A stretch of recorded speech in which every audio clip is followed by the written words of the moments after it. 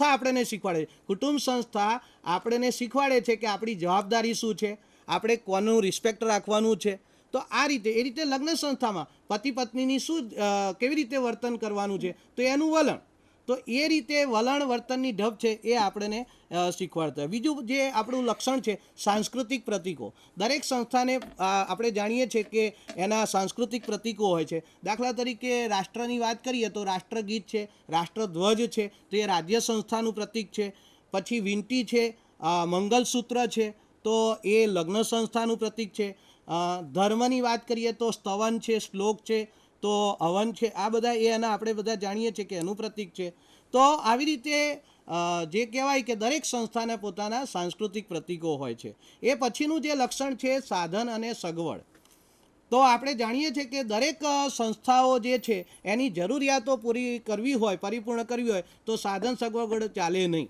આપણે શિક્ષણ સંસ્થાની વાત કરી કે લોકોને શિક્ષણ આપવું છે, શિક્ષણની જરૂરિયાત પૂરી પાડવી છે, તો એના માટે પહેલાં તો મકાન જોઈએ, ક્લાસરૂમ જોઈએ, બેન્ચીસ જોઈએ, પુસ્તકાલય જોઈએ, તો આ બધા જ સાધન સગવડો જોઈએ. સાધન સગવડ એ રીતે કુટુંબ સંસ્થાની વાત કરીએ તો એના માટે પણ એક ઘર બનાવવા માટે મકાન જોઈએ. એ જ રીતે મંદિર મઠ જે છે એ ધર્મ માટેની સાધન સગવડ છે. તો આવી રીતે આપણે બધા જોઈ શકીએ છીએ કે સાધન સગવડ એ સંસ્થાનું આવશ્યક લક્ષણ છે. એ પછી વર્તનના ધોરણો. ચોથું જે લક્ષણ છે એ આપણે જાણીએ છીએ, કારણ કે સંસ્થા એ ધોરણોની ઢબ છે, નોર્મેટિવ પેટર્ન, અને એટલે જ આપણે જાણીએ છીએ કે સંસ્થા એ લોકરીતિ, લોકનીતિ અને કાયદાનો સંકુલ છે. એટલે સંસ્થા અને વર્તન અને ભૂમિકાને માર્ગદર્શન આપતા ધોરણો એ જ સંસ્થા બને છે. એટલે વર્તનના ધોરણો, તમને કયું વર્તન કરવું. દાખલા તરીકે વિદ્યાર્થીઓ છે તો કોલેજ ગમે ત્યારે ચાલતી નથી. કેટલીક કોલેજો મોર્નિંગ છે, કેટલીક બપોરની છે, તો કેટલીક ઇવનિંગ છે. તો એ સમય છે. પછી કોઈ કહે કે ના હું તો ગમે તે, તો એવું નથી હોતું. વર્તનના ધોરણો છે. એવી રીતે ગમે તેને એડમિશન નથી મળતું, એના પણ ધોરણો છે. એ રીતે પરીક્ષામાં બેસવું હોય તો એના પણ ધોરણો છે. તો અને શિક્ષક વિદ્યાર્થી વચ્ચેના જે વર્તનની વાત કરીએ તો એના પણ ધોરણો છે. પતિ પત્ની વચ્ચેની વાત કરીએ લગ્ન સંસ્થામાં તો એના પણ ધોરણો છે. એટલે કોણે કયું વર્તન, દાખલા તરીકે આપણે જાણીએ છીએ કે જ્યારે વર્તનની વાત આવે, કાર્ય શ્રમ વિભાજનની વાત, તો અમુક કામો સ્ત્રીઓ કરે, અમુક પુરુષો કરે. તો એ રીતે આપણે જોઈ શકીએ છીએ કે અહીંયા એ જોવા મળે છે. એ જ રીતે વર્તનના ધોરણની વાત આવે તો રાજ્ય સંસ્થા આજે જે પણ વર્તન કરે છે એની પાછળ બંધારણ જવાબદાર છે. રાજ્ય હંમેશા બંધારણને ધ્યાનમાં રાખીને જ વર્તન કરી શકે, ક્યારેય ગેરબંધારણીય નિર્ણયો લઈ શકતો નથી. તો આ રીતે કોઈ પણ સંસ્થા હોય એના વર્તનના ધોરણો જે કહેવાય એ જોવા મળતા હોય છે. પાંચમું જે લક્ષણ છે એ વિચારસરણી. સામાજિક સંસ્થાનું બહુ જ અગત્યનું લક્ષણ. પહેલાં તો વિચારસરણી એટલે શું જોઈએ મિત્રો, તો વિચારસરણી એટલે વિચારો, માન્યતાઓ અને ધોરણોનો સંકુલ.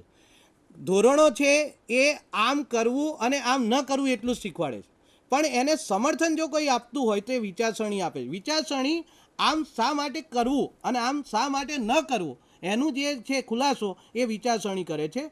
તો એ આપણે જાણીએ છીએ. દરેક સંસ્થાને પોતાની વિચારસરણી હોય છે. દાખલા તરીકે કુટુંબવાદ, વ્યક્તિવાદ, તો એ કુટુંબ સંસ્થાની વિચારસરણી છે.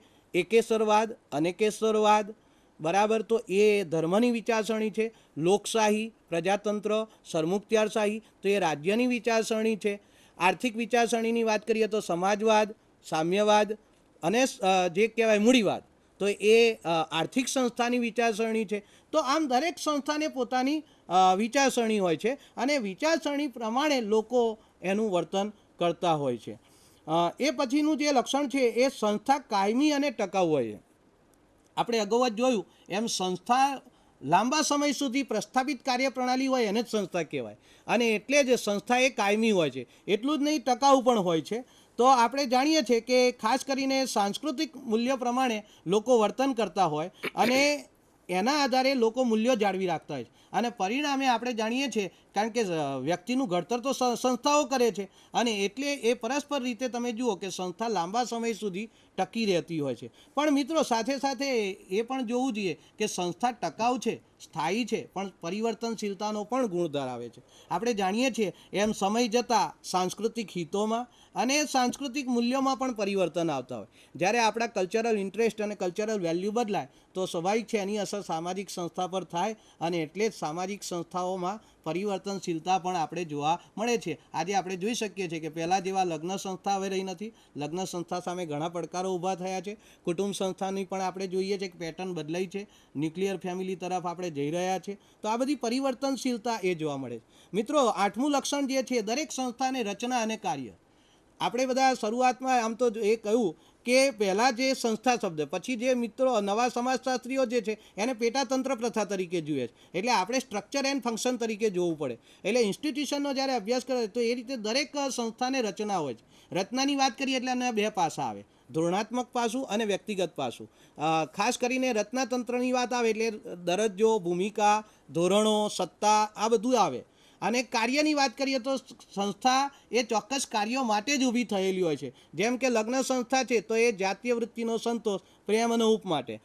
કુટુંબ સંસ્થાનું કાર્ય શું છે કે બાળકને જન્મ આપવો અને બાળકનો ઉછેર કરવો અને એની સંભાળ રાખવી. તો દરેક સંસ્થાનું કાર્ય હોય. તો એ રીતે દરેક સંસ્થા છે એની પોતાનું સ્ટ્રક્ચર હોય છે અને ફંક્શન હોય છે. અને છેલ્લું લક્ષણ છે સંસ્થા અમૂર્ત હોય છે. મેં શરૂઆતમાં જ કહ્યું એમ, મંડળ અને સંસ્થામાં જો બેઝિક ડિફરન્સ હોય તો મંડળ એ મૂર્ત છે અને સંસ્થા અમૂર્ત છે. કારણ કે સંસ્થા એક કાર્ય પદ્ધતિ છે, વર્તનની રીતો છે, એટલે એને અનુભવી શકાય ખરી, પણ આપણે એને જોઈ ન શકીએ. એટલે એ રીતે બધી જ સંસ્થાઓ એ અમૂર્ત છે એ કહી શકીએ. હવે મિત્રો, આપણે અર્થ જોયો, વ્યાખ્યા જોઈ, લક્ષણો જોયો. હવે આપણે એના કાર્યો વિશે જોઈ લઈએ કે આ જે સામાજિક સંસ્થાઓ કેટલા કાર્યો કરે છે. તો આપણે બધા જ જાણીએ છીએ કે સૌથી પહેલી તો માનવ જરૂરિયાતોની પરિપૂર્તિ.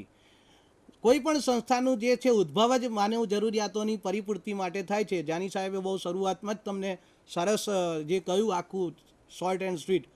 તો માનવ જરૂરિયાતો એટલે શું? તો માનવ હિતો, હેતુઓ અને આકાંક્ષાઓ એટલે માનવ જરૂરિયાતો.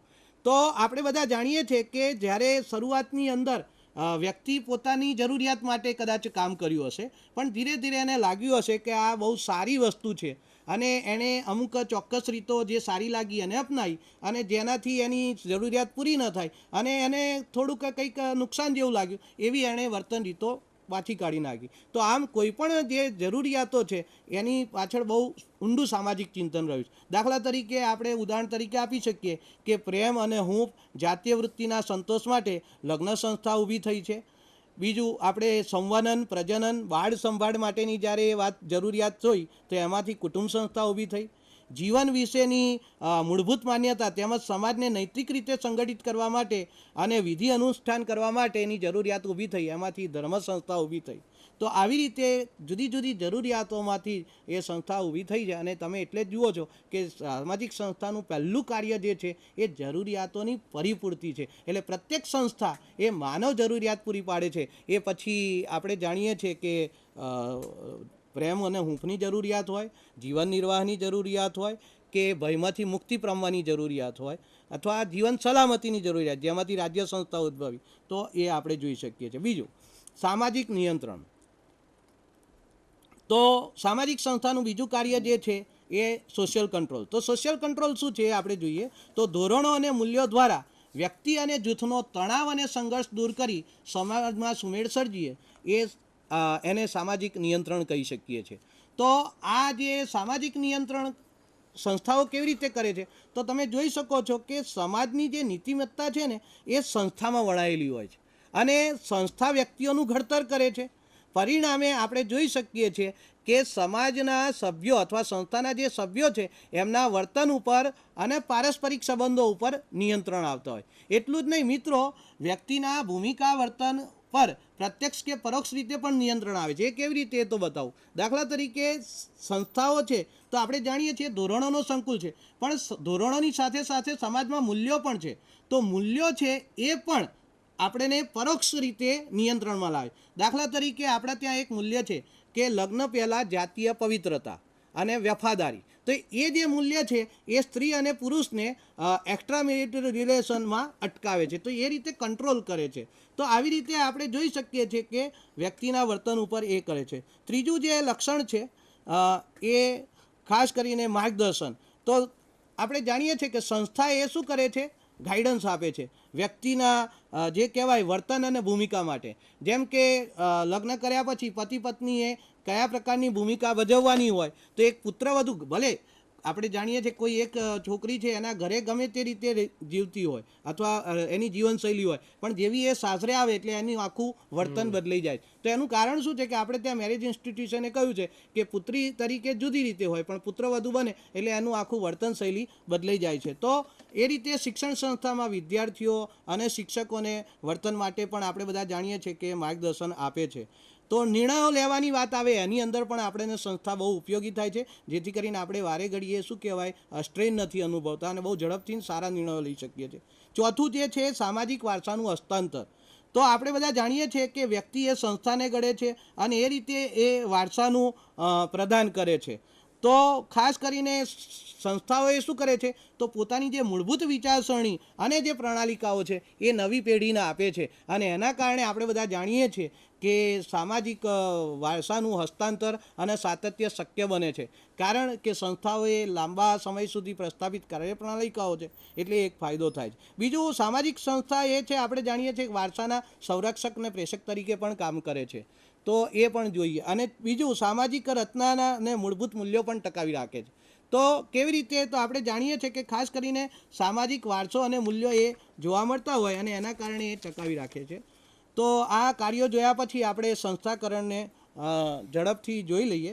તો સંસ્થાકરણ શું છે? તો મિત્રો સંસ્થાકરણ એટલે સામાજિક ધોરણોનો વિશાળ સ્વીકાર અને આંતરીકરણની પ્રક્રિયાનો નિર્દેશ છે. એટલે સંસ્થાકરણની શરૂઆત પ્રક્રિયાના પરિણામ તરીકે શરૂ થાય છે. શરૂઆતમાં આંતરક્રિયા થાય, આંતરક્રિયામાંથી લાંબા સમયની આંતરક્રિયાઓમાં લોકોની અપેક્ષાઓ અને ટેવોમાં પરિવર્તન પામે, છેલ્લે એનો જૂથ સ્વીકાર કરે, તો એને આપણે એ કરી શકીએ છીએ. સંસ્થાકરણની જ્યારે વાત કરીએ તો આજે તમે જુઓ કે ધોરણોનો વિશાળ સ્વીકાર, એનું આંતરીકરણ અને માન્યતાની સ્વીકૃતિ. તો આજે બે સારા ઉદાહરણો આપી શકું. દાખલા તરીકે ઘોડિયાઘર. પહેલાં જે બાળકનો ઉછેર કરવાનું કામ ને બધું હતું તો દાદા દાદી અને માતા પિતા કરતા. આજે તમે જાણો છો કે પ્લે ગ્રુપ અને ઘોડિયાઘરે એનું સ્થાન લઈ લીધું. તો ઘોડિયાઘર એ નવી સંસ્થાકરણ થઈ શકાય. એ રીતે વૃદ્ધાશ્રમો, તો વૃદ્ધાશ્રમો પણ એ સંસ્થાકરણમાં આવે, કારણ કે એ ધોરણોનો વિશાળ સ્વીકાર. હવે લોકો એવું માનતા થાય છે કે ભાઈ જો ઘરે ન સચવાતા હોય તો વૃદ્ધો ત્યાં સારી રીતે શાંતિથી રહી શકે, એમાં કંઈ ખોટું નથી. તો વિશાળ ધોરણોનો વિશાળ સ્વીકાર, આંતરીકરણ અને સમાજ એને સમર્થન આપે. તો સંસ્થાકરણ થવા માટે 3 વસ્તુ જરૂરી છે: ધોરણોનો વિશાળ સ્વીકાર. સંસ્થાકરણના લક્ષણો જે છે એમાં આપણે જોઈ શકીએ છીએ કે ધોરણોનો વિશાળ સ્વીકાર, ધોરણોનું આંતરીકરણ અને ધોરણોની માન્યતા અને સ્વીકૃતિ. મિત્રો, સંસ્થાકરણ માત્ર ધોરણોનું ના થાય, મૂલ્યોનું પણ થઈ શકે. એટલું જ નહીં, દરજ્જો, ભૂમિકા, સામાજિક પ્રક્રિયા બધાનું જ સંસ્થાકરણ થઈ શકે છે, એ આપણે જાણીએ છીએ. હવે આપણે આટલી સામાજિક સંસ્થાનો અર્થ, વ્યાખ્યા, લક્ષણો અને સંસ્થાકરણ જોયા પછી સંસ્થાઓના પ્રકાર જે આપણે જે છે એમાં આપણા જે મિત્ર ડૉક્ટર રાજેન્દ્રભાઈ જાની એ સંસ્થાઓ વિશે આગળ જણાવશે. મિત્રો, આજે આપણે સામાજિક સંસ્થાની વાતો ખૂબ સરસ મજાની બ્રહ્મભટ્ટ સાહેબે તમને સમજૂતી આપી. જ્યારે આપણે સમાજશાસ્ત્રના વિદ્યાર્થી તરીકે ઓળખાણ પામતા હોઈએ છીએ ત્યારે બહુ સ્વાભાવિક છે કે સામાજિક સંસ્થાઓની આટલી સરસ, સ્પષ્ટ અને સુરેખ સમજૂતી હોવી જ જોઈએ. મિત્રો, તો મારી દ્રષ્ટિએ એક અધ્યાપક તરીકે મને એવું લાગે છે ખૂબ સરસ રીતે બ્રહ્મભટ્ટ સાહેબ આપે સમજાવ્યું. મિત્રો, મારે સામાજિક સંસ્થાઓમાં જ્ઞાતિ સંસ્થાની વાત કરવાની છે. તમે સૌ જાણો છો કે 2011માં પુનઃ વસ્તી ગણતરીનું કામ શરૂ થવાનું છે, અને એ વસ્તી ગણતરીના કામ પહેલાં જે રાષ્ટ્રીય કક્ષાએ ચર્ચાઓ થઈ એની અંદર એક બહુ જ મુખ્ય મુદ્દો એ હતો કે વસ્તી ગણતરીનું કામ જ્ઞાતિને આધારે કરવાનું ખરું કે કેમ. જ્ઞાતિ સંસ્થાને આધારે વ્યક્તિઓની ગણતરી થાય, વસ્તીની ગણતરી થાય, અને એ સ્વીકારવામાં આવ્યું છે કે વસ્તી ગણતરીની અંદર જ્ઞાતિના વ્યક્તિઓની પણ ગણતરી થશે. એટલે કઈ જ્ઞાતિમાં કુલ કેટલી ટકાની વસ્તી છે એની જાણકારી આપણને 2011માં મળશે.